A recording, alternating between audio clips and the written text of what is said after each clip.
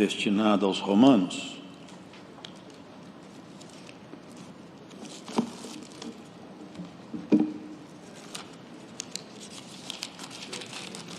No capítulo de número 5 da Epístola do Apóstolo Paulo aos Romanos, a justificação pela fé e paz com Deus.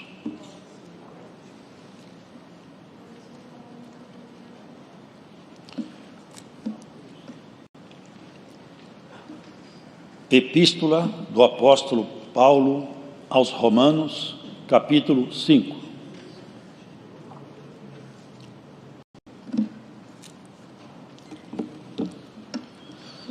Sendo, pois, justificados pela fé, temos paz com Deus por nosso Senhor Jesus Cristo, pelo qual também temos entrada pela fé esta graça, na qual estamos firmes e nos gloriamos na esperança da glória de Deus.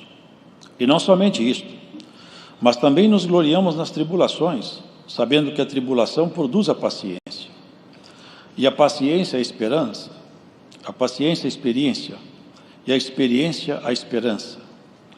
E a esperança não traz confusão, porquanto o amor de Deus está derramado em nossos corações pelo Espírito Santo que nos foi dado. Porque Cristo, estando nós ainda fracos, morreu a seu tempo pelos ímpios, porque apenas alguém morrerá por um justo. Pois poderá ser que, pelo bom, alguém ouse morrer. Mas Deus prova o seu amor para conosco em Cristo, em que Cristo morreu por nós, sendo nós ainda pecadores. Logo, muito mais agora, sendo justificados pelo seu sangue, seremos por ele salvos da ira.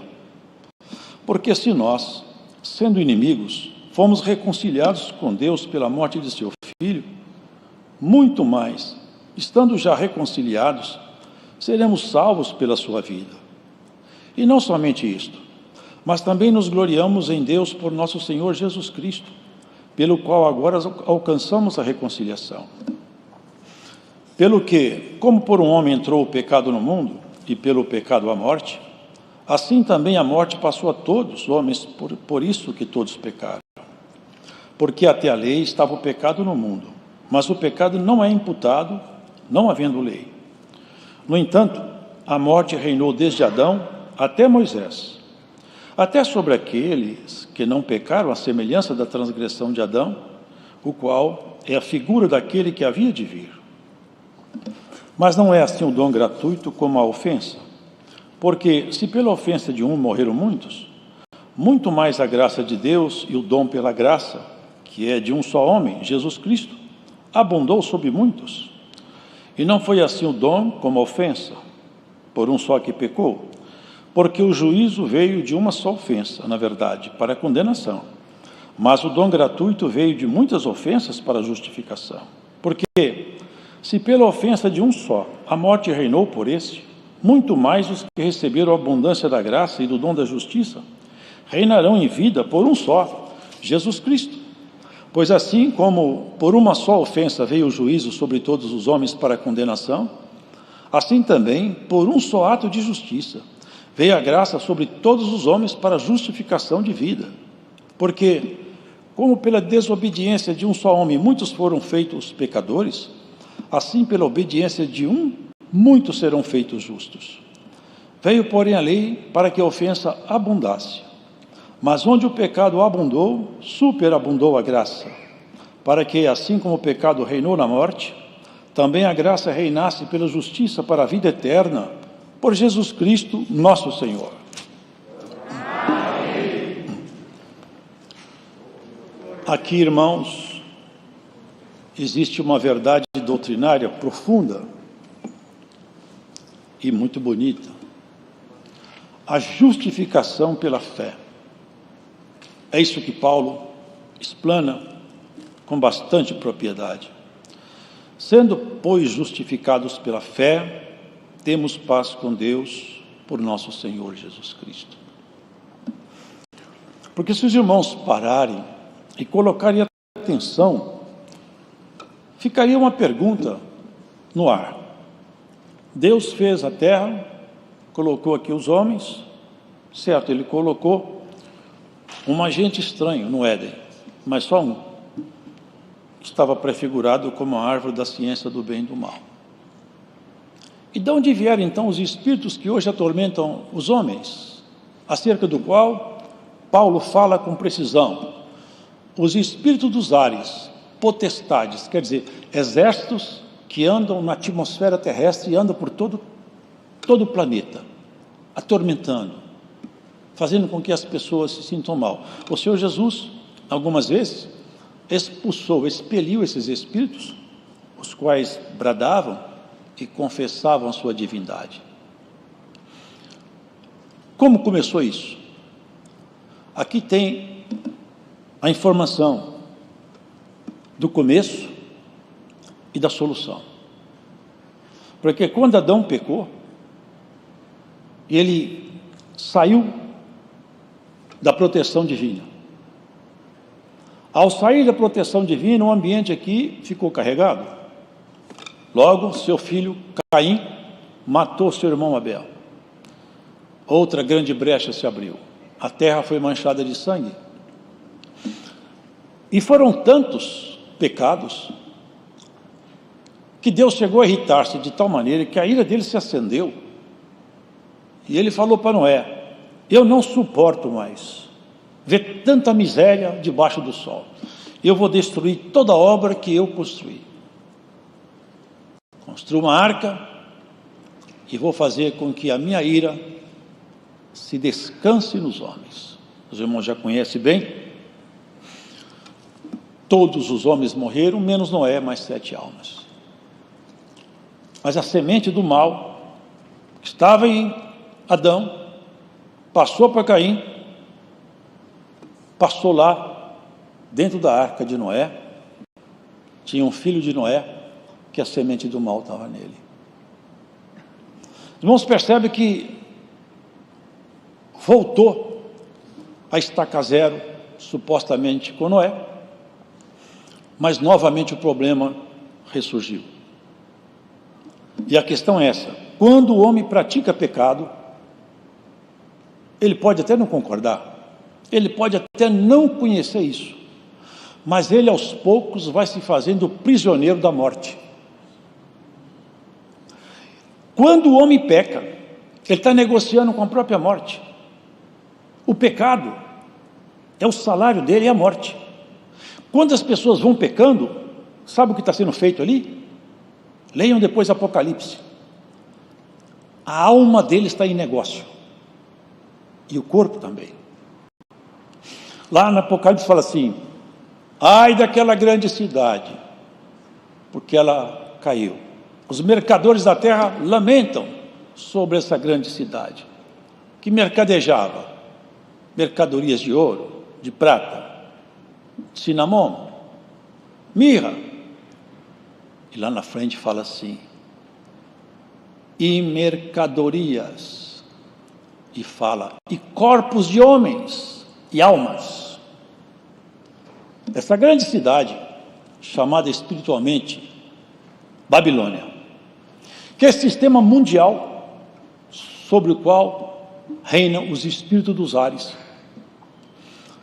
Aqui, a prática do pecado é algo tenebroso demais e que, lamentavelmente, as pessoas não percebem o que se passa. Paulo, numa das cartas, não me lembro qual, ele fala assim: fomos vendidos sob o pecado.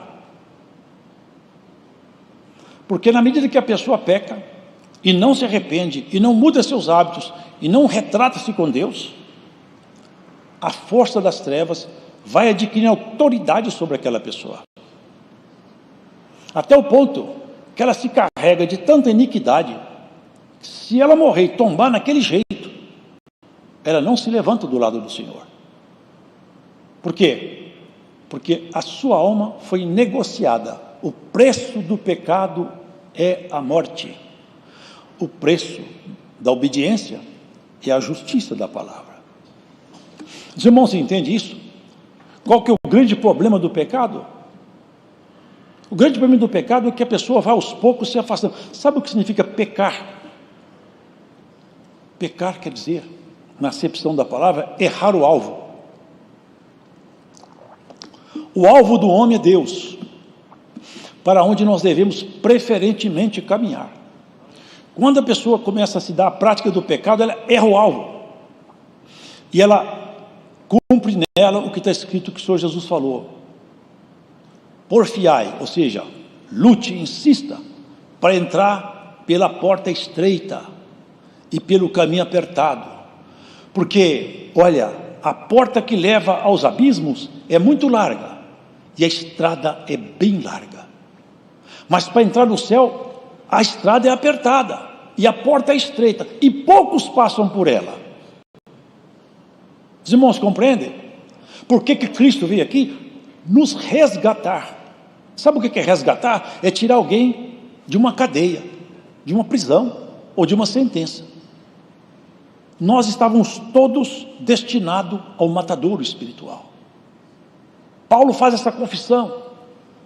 Todos pecaram, todos juntamente se fizeram inúteis.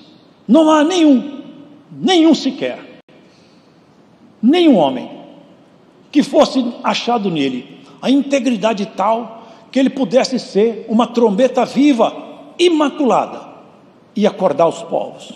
Os profetas eram santos, mas não acordavam os povos. A lei era boa, e a lei trouxe um problema, porque a lei descobriu diante dos homens a gravidade do pecado. Deus abomina o pecado, ele não abomina o pecador, mas o pecado ele abomina, e ele quer que todo homem tenha horror ao pecado. Ele quer que o homem, a mulher, quando vai conhecendo a ele, olhe para o pecado e tenha nojo, tenha aversão ao pecado. Isso é o processo de santificação. Santificação, nós adquirimos as características de Cristo para dentro de nós, até chegar ao ponto que na nossa caminhada nós estejamos parecidos com Ele e menos parecidos com nós mesmos. Porque, irmãos, o pecado em si, mas eu posso pecar e depois me arrepender. Nós não estamos entrando nessa esfera. Tá bom, pode arrepender. A questão toda é que nós temos que ter a compreensão desse mal e nos apartarmos da prática do mal. Quando nós nos apartamos da prática do mal, nós abrimos espaço para que o bem tome conta de nós. Os irmãos entendem? Na medida que você começa a se apegar a Cristo, Ele começa a transferir para você o que é dele, até que nós sejamos de alguma maneira transformados. Essa é a regeneração, porque nós somos justificados. Nós não somos justos de nós mesmos, a nossa justiça é emprestada, a nossa justiça está em Jesus. Todas as vezes que nós falhamos, a justiça dele responde por nós, como se nós, a luz dele brilhando, ofuscasse a nossa miséria pessoal. E se nós conseguirmos colocar em nós o que é dele, vai chegar um ponto que as nossas misérias vão nos deixando. As veredas do justo são, sabe como que está escrito? São como a luz da aurora, que vão brilhando mais e mais, até se tornar dia perfeito. A irmã não quer ser um dia perfeito? Arrancar de você todos os pontos que te fazem sentir menor, de alguma maneira acusado. Cristo te abre uma perspectiva de conhecer a graça na profundidade da justificação. É de você poder entrar dentro do santuário da oração e sentir, como foi falado aqui, a virtude do Espírito Santo ser ministrada em você. Você sentir a alegria de estar vivo. É quando você orar, você sai da oração, você está aliviado. Deus passou por mim com sua virtude. Eu sinto o Senhor em mim. É isso que é a graça. Eu vejo aí a teologia de alguns falando, graça é perdão imerecido. É uma tradução de dicionário. Graça é o poder de Deus operando dentro de nós. Graça é o Espírito de Deus vive em você, te agitando, te arrancando da mão do pecado, é te empurrando na direção do céu, é te fazendo orar pelo seu irmão, pela sua irmã, é levantar de madrugada, orar para um ministério, para sua filha, para o seu filho, para o seu vizinho, é gritar socorro aonde tem poder, aonde tem resposta. Glórias a Jesus Cristo. Oxalá que essa palavra desperte alguém hoje aqui, e remotamente aonde você esteja. Nós somos chamados para ser santo. O homem muito sábio pode ser o homem mais iluminado do mundo. Irmãos, não basta. Nós temos que ser santo. Nós temos que ter a mão limpa, o coração puro. Foi para isso que Cristo morreu, para te transformar. Quantas vezes você não sabe? Quantas vezes o inimigo ficou envergonhado? O Senhor esfregou o seu testemunho na cara dele. Passou tudo isso e continua gostando de mim, porque ele gosta de mim, ela gosta de mim. Somos até objeto de disputa. Sabia que Jó foi objeto de disputa? Ele nem sabia. A graça do Senhor Jesus, é o que Paulo fala. Eu sou menor de todos os apóstolos, eu não sou digno nem de ser chamado apóstolo. Era Paulo falando de si mesmo, um reconhecimento no espelho da sua consciência. Mas também ele era um homem franco e honesto. Contudo, eu quero falar uma coisa para vocês. Trabalhei mais do que todos esses apóstolos aí. Mas não fui eu não, foi a graça de Deus que está comigo. Porque ela não foi vã, ela deu fruto. Glórias ao Senhor Jesus Cristo. A graça de Cristo tem que dar fruto em nós, transformar nosso ser, mudar nossa essência, mudar nossa natureza, o jeito de falar. O crente transformado, até o jeito dele falar, você fala, esse homem é crente. Você pode ver, o jeito de falar nosso denuncia quem nós somos. Pedro andou um bocado com Jesus Cristo, quando ele começou a falar lá, é só para a gente ter uma ideia, vamos supor que fosse hoje, né? Mas vamos lá, se Deus preparar, eu vou. Você aceita, Deus que abençoe. Ah, isso é crente. É crente. Pedro começou a conversar, você fala igual aqueles discípulos de Jesus, você é crente também. A fala dele começou a denunciar. Não foi o sotaque, não foi o sotaque, ele aprendeu a falar como Jesus. Você não quer aprender a falar como Jesus? Aprender a sentir como Jesus? A reagir como Jesus reagiu? Mudo como um cordeiro diante do tosqueador. Ele podia derrubar o céu inteiro sobre a terra, ele podia explodir os planetas, ele não abriu a boca, abaixou a cabeça. Herodes nem sabe como era a voz de Jesus. A tua causa Cristo responderá por você. Ninguém te amarrará no inferno quando Cristo te deu carta de soltura. Eu sinto o Espírito de Deus me trazer aqui. Pode crer nisso, ó irmão ou irmã. Cristo te deu alvará de soltura, o inferno não te amarrará. Somos justificados. Ah, você é fraco. Sou fraco, mas Jesus me justifica. Mas eu gosto de Deus. Você não conhece aquilo ali, você conhece muito pouco, mas conheço Jesus. Eu sei quem é Jesus na minha vida.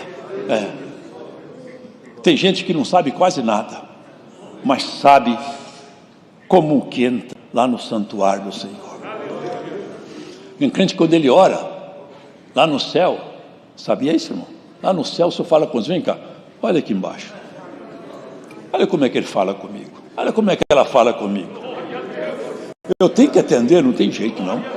Mexe com minhas entranhas. Aleluia, irmão.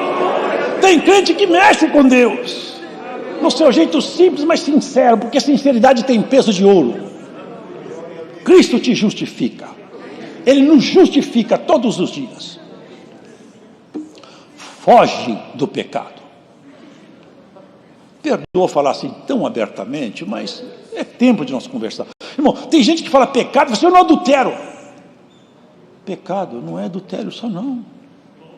Não é não. Tudo que inferir sua consciência é pecado. E quanto mais você se limpar disso, tanto melhor vai ser a sua aceitação perante o Senhor. Não tem coisa mais linda do que um homem ou mulher. Eu penso isso aí. Para mim eu desejo isso. Quando o Senhor fala, ó, seu tempo acabou. Eu falo assim, eu estou pronto, vamos embora. Eu não estou com pendência para trás. Sou fraco, mas não deixei pendência. Vamos embora para casa. Que isso aqui não é nossa casa não. Vamos para a nossa casa. Ô irmão, ô irmã, o Senhor passou tanta angústia por nós. A gente não é capaz de passar quase nada. Eu já vi irmão falar, desse jeito eu largo a graça. Já pensou se Jesus falasse isso? Eu vou largar esses homens para trás. Pedro me negando. Já pensou? Um vendendo ele por 30 moedas de prata. Outros correram quando vieram os perseguidores. Mas ele estava exatamente avisando, porque ele já sabia de tudo, avisou os discípulos, estava lá em Zacarias: ó espada, levanta-te contra o meu pastor, e as ovelhas vão fugir. As ovelhas fugiram, mas o pastor não fugiu. O que vocês estão procurando? Jesus Nazareno, sou eu. Caiu todo mundo no chão. Todo mundo caiu no chão. Os valentes, os homens com porrete, com espada. Vocês vieram caçar o quê? Uma onça? Um dragão? Eu todo dia ensinei nas praças. Vocês vieram de noite porque essa é a vossa hora. Caiu todo mundo no chão. Vocês procuram aqui, Jesus sou eu. Deixa meus companheiros embora. Quando Satanás te procurar, Jesus fala: eu estou no lugar dele aqui. Guarda isso aí, viu, irmão? Todas as vezes que o inimigo te procurar, vai encontrar com o teu Senhor e vai cair ao chão. Deus seja louvado.